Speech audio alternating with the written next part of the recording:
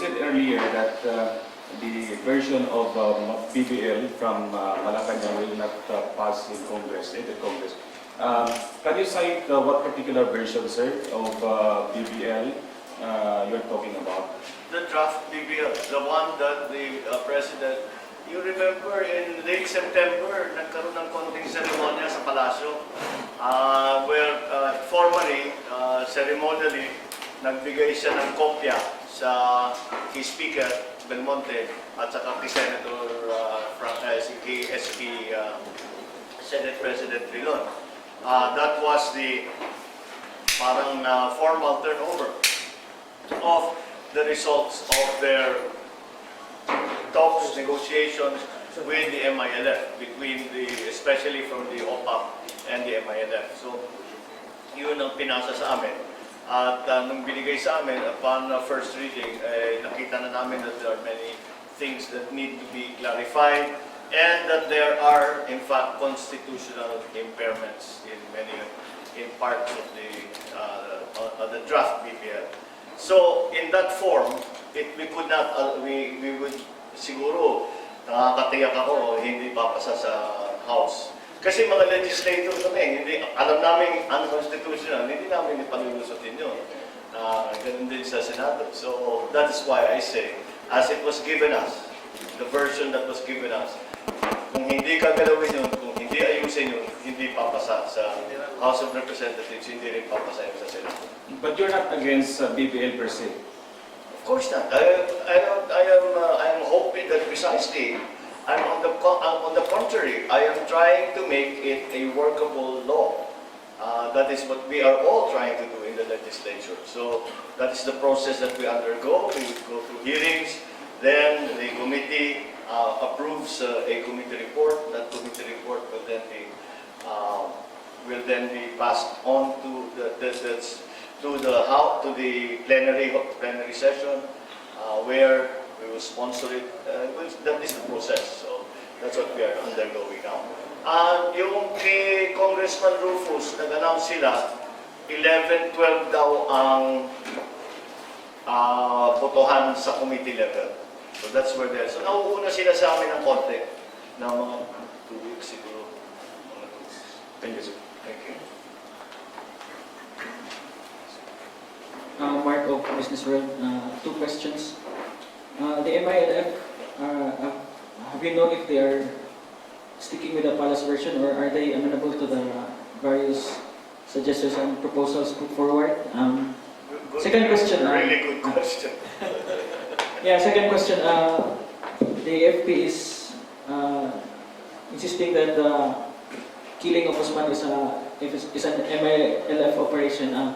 This is one way of saying that the MILF is putting forward pogi points, so the BBL will really push through on their version. Okay, second question first. Actually, ang AFP, iba ang sinasabi sa Palasyo. Ang Palasyo, sinasabi, MILF daw ang nag-operate kay Usman. Pero sinabi ng spokesman ng AFP, ang sarili ng tao ang pumatay sa kanya. It was internal within his group. So we cannot say that the MILF I do not think that they were part of the operation. Hindi pa maliwanag, antayin na muna natin. But before the MILF says that they are the ones, but the AFP says something different. Yung Palasyo, they agree with the MILF. The AFP, iba yung kanilang intelligence report. So we'll have to see kung ano ba talaga ang official story. Dahil nagpapabago-bago yung official report.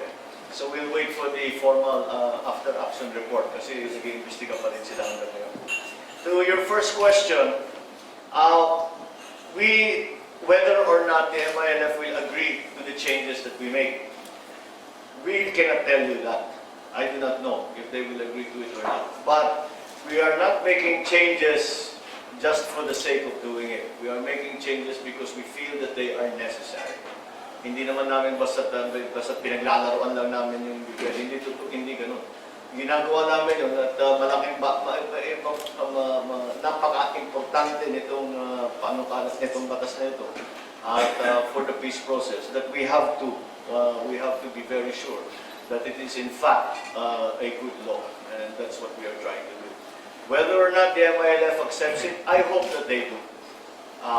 But only they can tell you kung talagang kung pagka-final version na lumabas, kung papayag sila o hindi, kung sasabihin na hindi na ito consistent doon sa framework agreement, well, then I suppose we'll have to go back and try to rewrite it properly and examine it. So, but I think that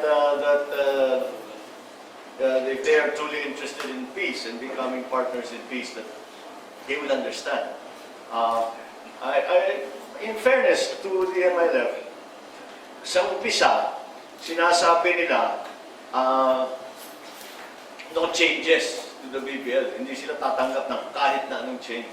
Pero habang tumatagal ang panahon, medyo nag-soften naman ang kanilang position. So, I'm hoping na papasahin nila, kung gusto nila, ipapaliwanag namin kung bakit namin pinalitan kung ano. And siguro naman, maunawaan nila because these are reasonable, what we are doing. These amendments, changes, additions are all reasonable and they are necessary. So I hope that they will understand. Good afternoon po, Shane po sa Magnum Radio. Sir, ano po yung reaction nyo na pag-amin ni Comelec Chair Andres Bautista na pamangkin ni Muhajir Iqbal na si Commissioner Sharif Abbas at hindi po ba ito maka-influensya ng Bangsamoro entity? Nagulat nga kaming lahat doon sa kanyang pag-appoint dahil this fellow Abbas, my surprise was more because we do not know him. Kung saan siya, what his previous experience was before. We were of course, mas nagulat ulit nung nalaman namin na pamangkin pala ni Chairman Iqbal. So, whether or not that will influence, hindi naman siguro. Let us give him a chance. But again, we have to, during the deliberations in the CA, we will have to ask questions about what is his experience, what are his views on certain things, paano ang kanilang planong gawin para dito. Kasi actually, hindi napapag-usapan masyado, Comelec is in crisis. Dahil nga sa decision ng Supreme Court na sinabi na hindi sinundan ang procurement procedure para sa sa kontrata ng Smartmatic. Kaya kailangan nilang balikan ngayon yun. So they have a lot of work to do. So siguro naman, basta yun lang ang kanilang gawin, I think it will be okay. But of course, it is the normal process in confirmation na itanong natin kung sino ba sila. Ano ba ang kanilang mga experience, ano ang kanilang mga opinion tungkol sa iba't ibang bagay, para naman malaman natin kung anong klaseng tao sila. And this especially the appointment of Mr. Abbas, he is not known to us. With other people who are known to us, hindi na namin siguro kailangan itanong lahat yun. Pero siya is new to us, so we will just have to find out as much as we can pagdating ng CA. Thank you.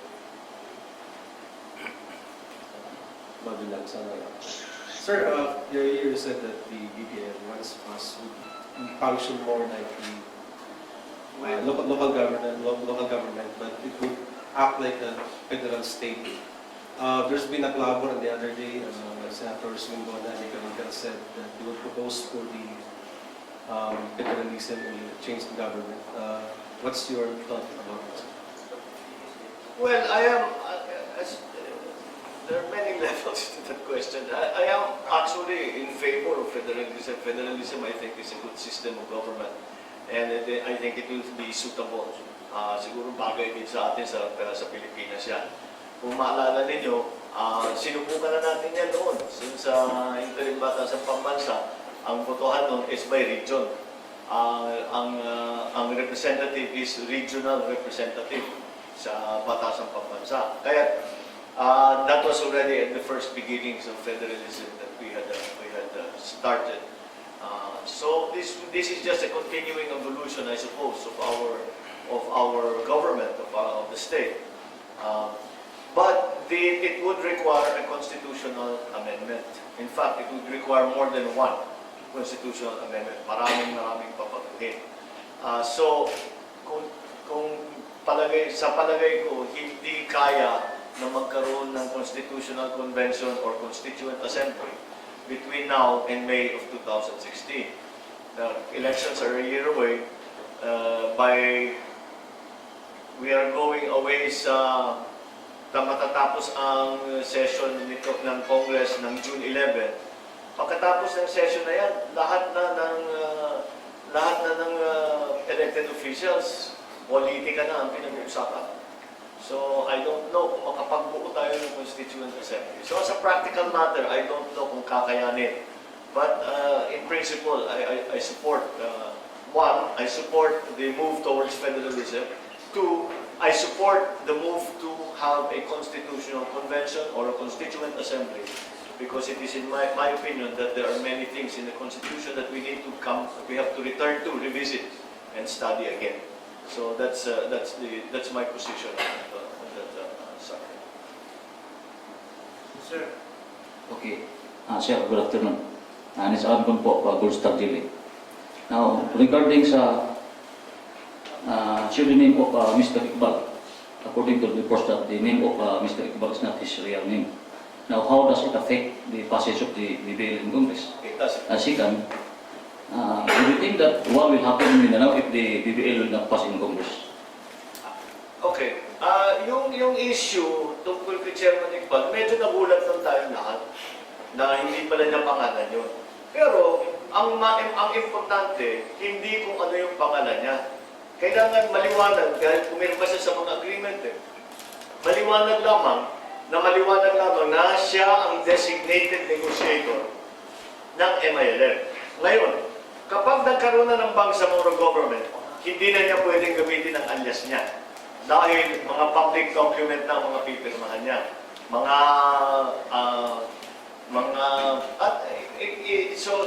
From a legal point of view, hindi talaga importante na may alias siya. Pero, pagdating ng panahon, it will become, hindi na maaari na ituloy niya paggamit ng kanyang alias. Ang naging epekto rito ay ang pakiramdam ng taong bayan na bakit nagne-negotiate tayo, dapat may tiwala tayo sa isa't isa. Paano naman tayo magkakatiwala ay hindi mo pa ayaw mo sabihin sa amin ang tunay mong pangalan. At kahit na sa Senado, tinatanong namin siya ng tinatanong, ayaw talaga niyong sabihin. Of course, eventually, lumabas din na kung ano yung pangalan natin, talagang malalaman namin yun. But that his real name is Dato Kam Abbas. That is what we found out. But ang effect niyan is more on the confidence ng taong bayan. Bakit ayaw sabihin ang pangalan? Anong pinagtataluan niya? Anong tinatago niya? Legally, now it's not yet an issue. It will become an issue when the Bangsamoro government is formed. But in terms of the confidence of Filipinos who are watching what is going on, sinasabi, paano ka makikipag-negotiate sa isang tao? Ako sinasabi, ang pangalan ko, Ferdinand Marcos. Anong pangalan mo? Ayaw pang sabihin yung kanyang pangalan. Mahirap naman. That does not inspire confidence, is what the words that I use. And what is the other For the question? second question, do you think that what will happen if the BBL will not pass in Congress? I think na. If it does not pass, or kung nagka-problema, I think we will just go back and try to see kung saan nagka-problema. Kung hindi pumasa, halimbawa, or if it is struck down by the Supreme Court, then we will see kung ano yung naging problema. Why did it not pass? Then we will try to remedy that situation. Or why was it struck down? Titignan natin, it is unconstitutional. Then we will change whatever needs to be changed to make it constitutional. But meron tayong guide doon sa Supreme Court. Meron naman tayong guide kasi yung MOAAD, maliwanag na they struck it down as being unconstitutional. So we can learn lessons from that experience. Na kung ano, the main argument against the MOAAD was that it was a state within the state. So we're trying to make sure that that doesn't happen with the BPL, with the Bangsamoro government. Okay, Professor, what is the chances the BBL will pass in Congress after the Mama Sapano incident? Because a lot of legislators were not in favor of the BBL after the Mama Sapano incident. How many percent that BBL will pass in Congress? Again, which version of the BBL are you talking about? Are you talking about the draft version, or are you talking about the suggested versions, the suggested version of the Peace Council, for example, or the suggested version of the IPs, or the sultanates, or maraming version? We have not written the final version for the Senate yet, so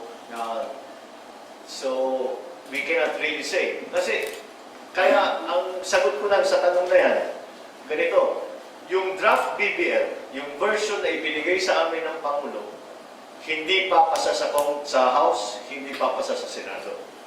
Kaya kung yung sinasabi nila na huwag gagalawin, kung hindi namin galawin yung BBL, siguradong hindi papasa. Kung pumasa man, siguradong hindi constitutional. Kaya nagtataka ako kung bakit pumilit ang palasyo na huwag palitan. Yung Peace Council, which they organized, sinasabi, ang daming kailangan palitan. Sila mismo sinasabi, kailangan natin ayusin. Ito yung mga suggestion natin nila. Marami silang suggestion kung paano ayusin.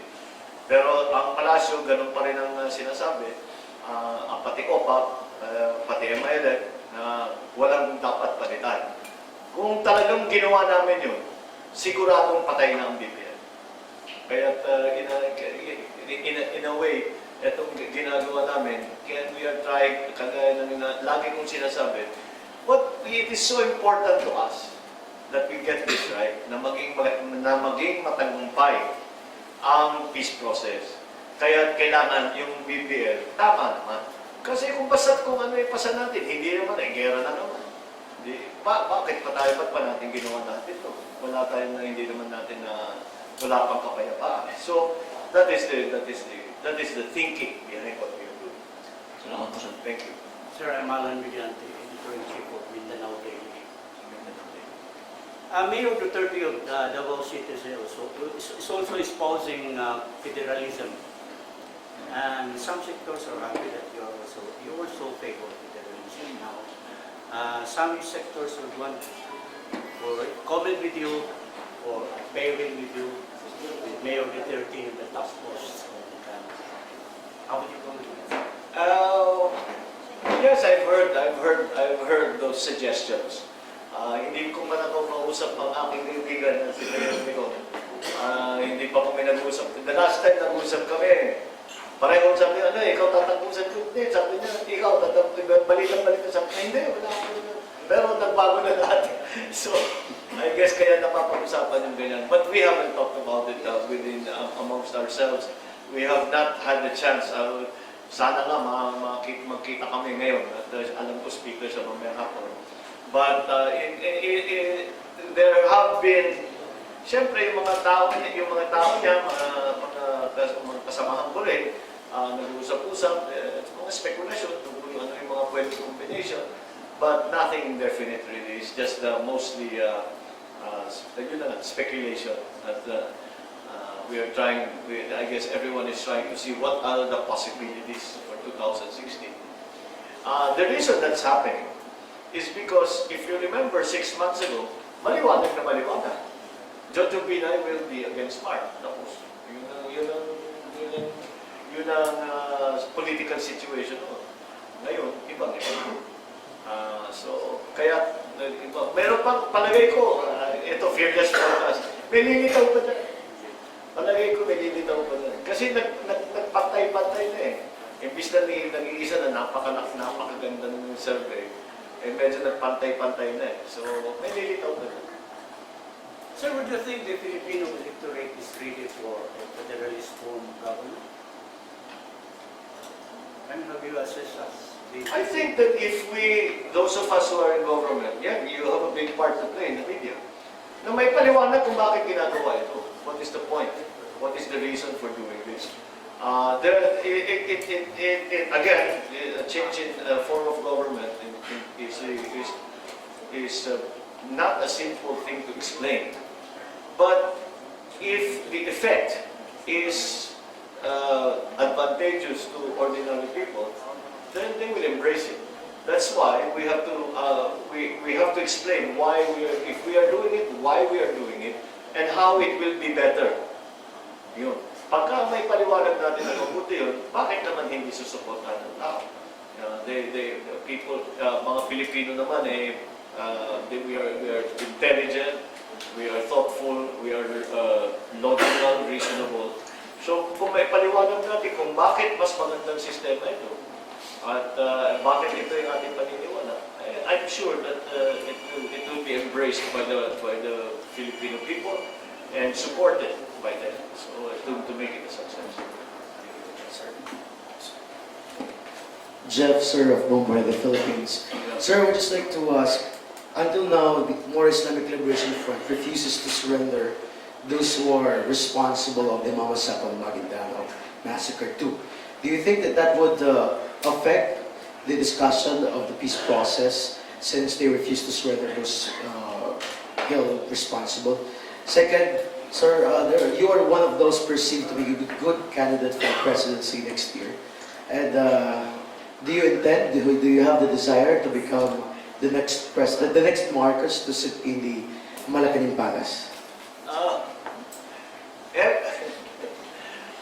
First of all, the refusal of the MILF to surrender those who are implicated that is all premature.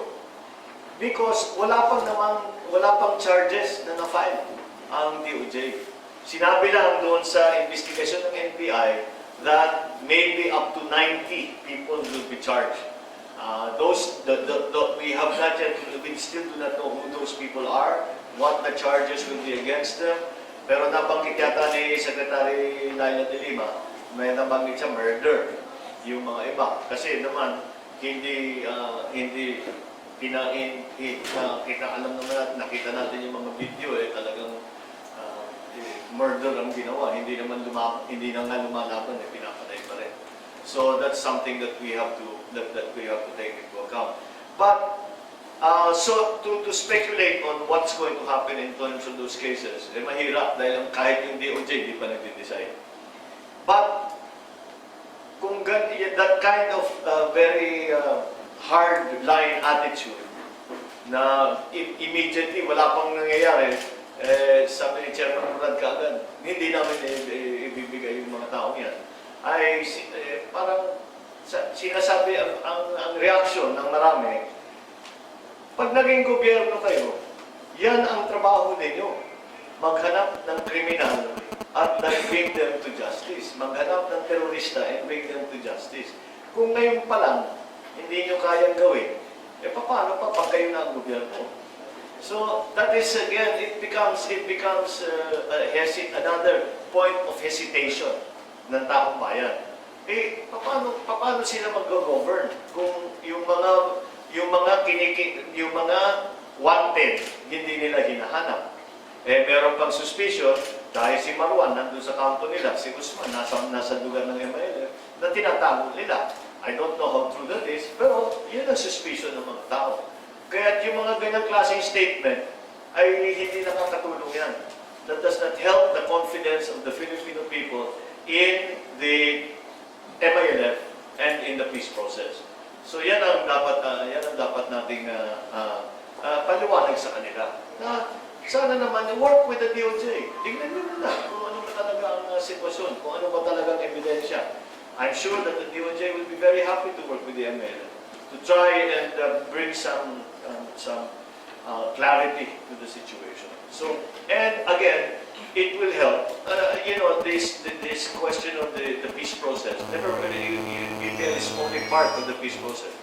But the question of the peace process can only succeed if it is supported by the public. And we do not gain support.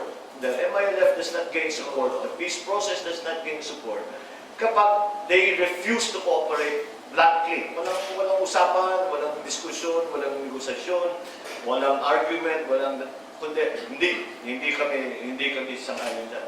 That kind of blanket refusal, again, makes people think twice na baka naman hindi talaga po pwedeng mag-govern itong grupo ito. So maybe a more measured response would have been more useful. Sayang, it was an opportunity that I think they let pass.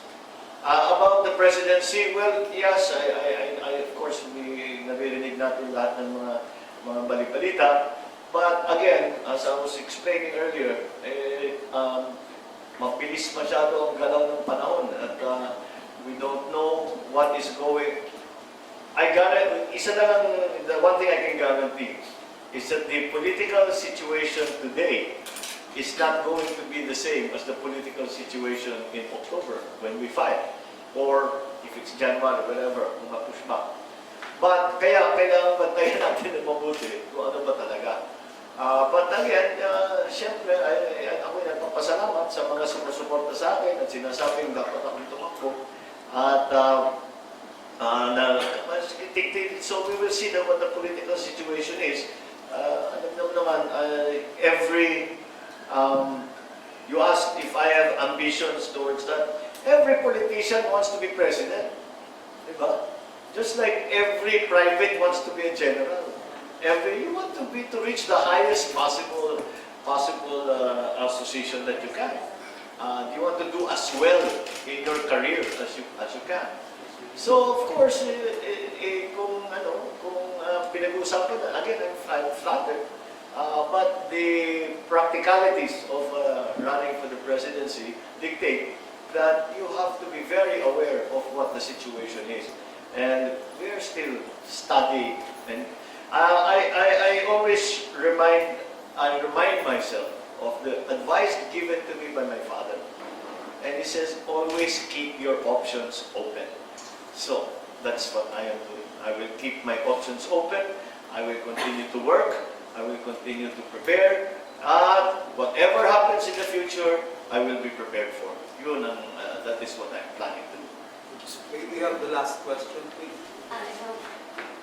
Magandang hari, Mr. Senator, Mr. Curdy. I'm Charmaine from Waray, Philippines, CBN Oro.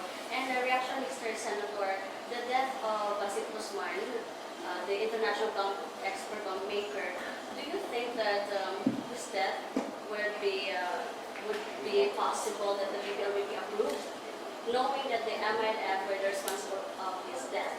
And the second is, I don't know if this was asked, who will receive the reward? Is it the MLF or the PNP? Thank you.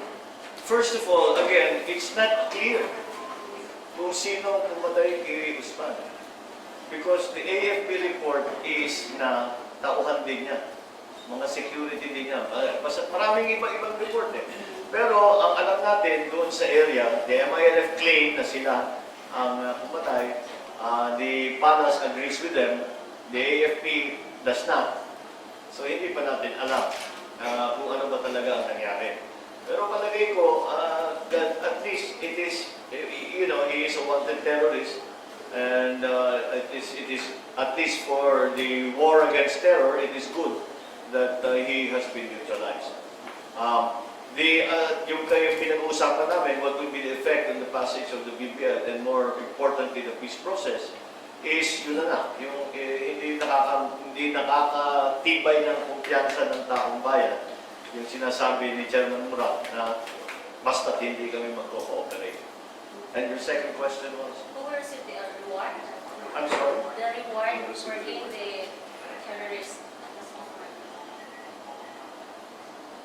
The reward is given to those who provided information that led to the capture or killing of a wanted criminal or terrorist.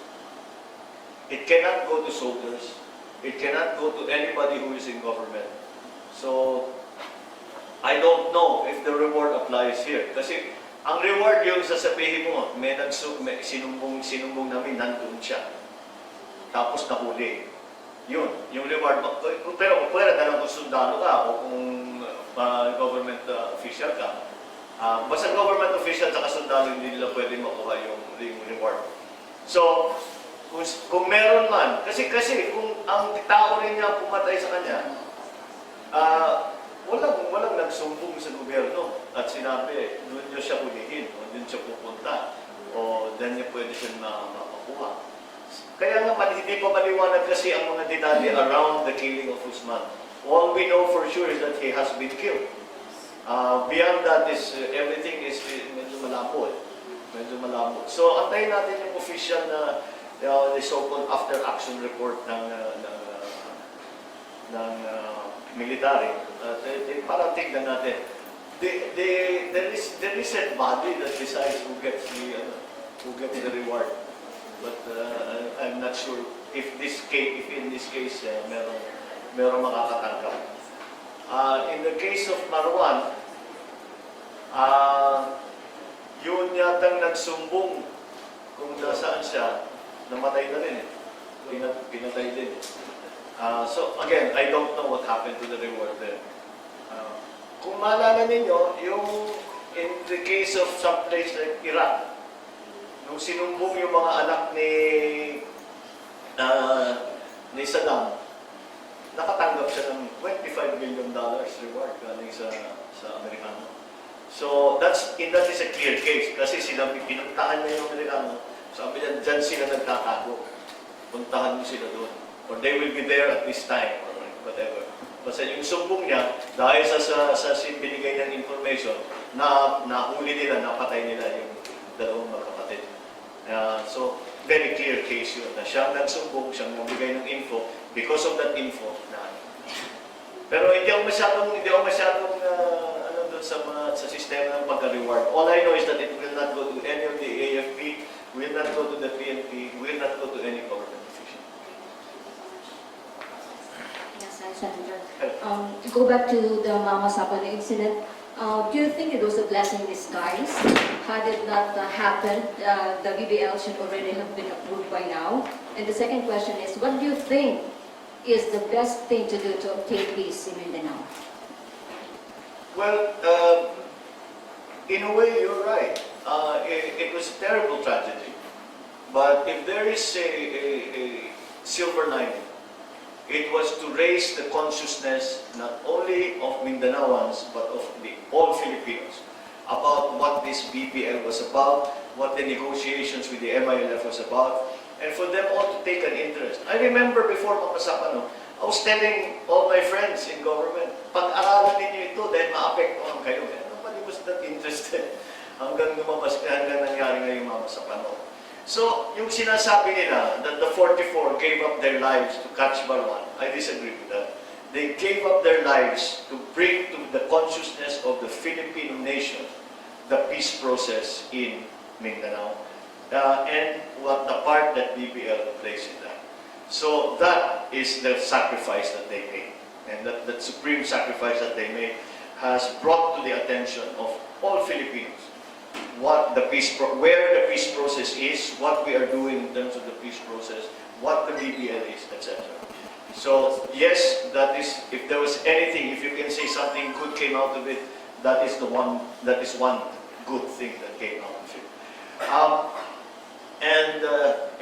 You asked, your second question is, what's the best thing to do? Let us go back to the only successful peace agreement that we have had, that is the Tripoli Agreement. The Tripoli Agreement recognized the principle of self-governance, number one. Recognized immediately at the very beginning that there is a difference between Christian Filipinos and Muslim Filipinos in the sense that they have a different culture, a different history, different law, different religion. All of that was recognized by the central government. And that is why the two regions were made into autonomous regions, if you remember. But accompanying that effort in the Triple Agreement, if you're not old enough to remember all of this, but there was a massive infrastructure development program that was brought to Mindanao. Because ang reklamo naman ng mga Muslim nating kapatid ay sinasabi, we are underrepresented in government and we are underdeveloped. Hindi kami pinapansin ng Manila, hindi kami tinutulungan ng Maynila. Totoo rin naman eh. Totoo rin naman eh. And that's why that was the part of the reaction of government was you have a valid complaint. So what we will do, we will address that shortcoming, and we will. That's why that was the period where most of the highways, the national highways, were built in Mindanao. That is where most the schools were strengthened. The public services like hospitals, the ports, the airports were built. Dahil nga, i-develop ang Mindanao para hindi naman naiiwanan. And that is, I think, something na hindi ko alam na hindi pinag-uusapan ito. But sa palagay ko, in my view, just signing pieces of paper is not sufficient. The central government has to do more than that. The central government has to recognize the central government's shortcomings over the years in the development of Muslim Mindanao and address that problem and remedy that situation. So that's what I think should be done if we are going to finally attain peace in Muslim Mindanao. Okay.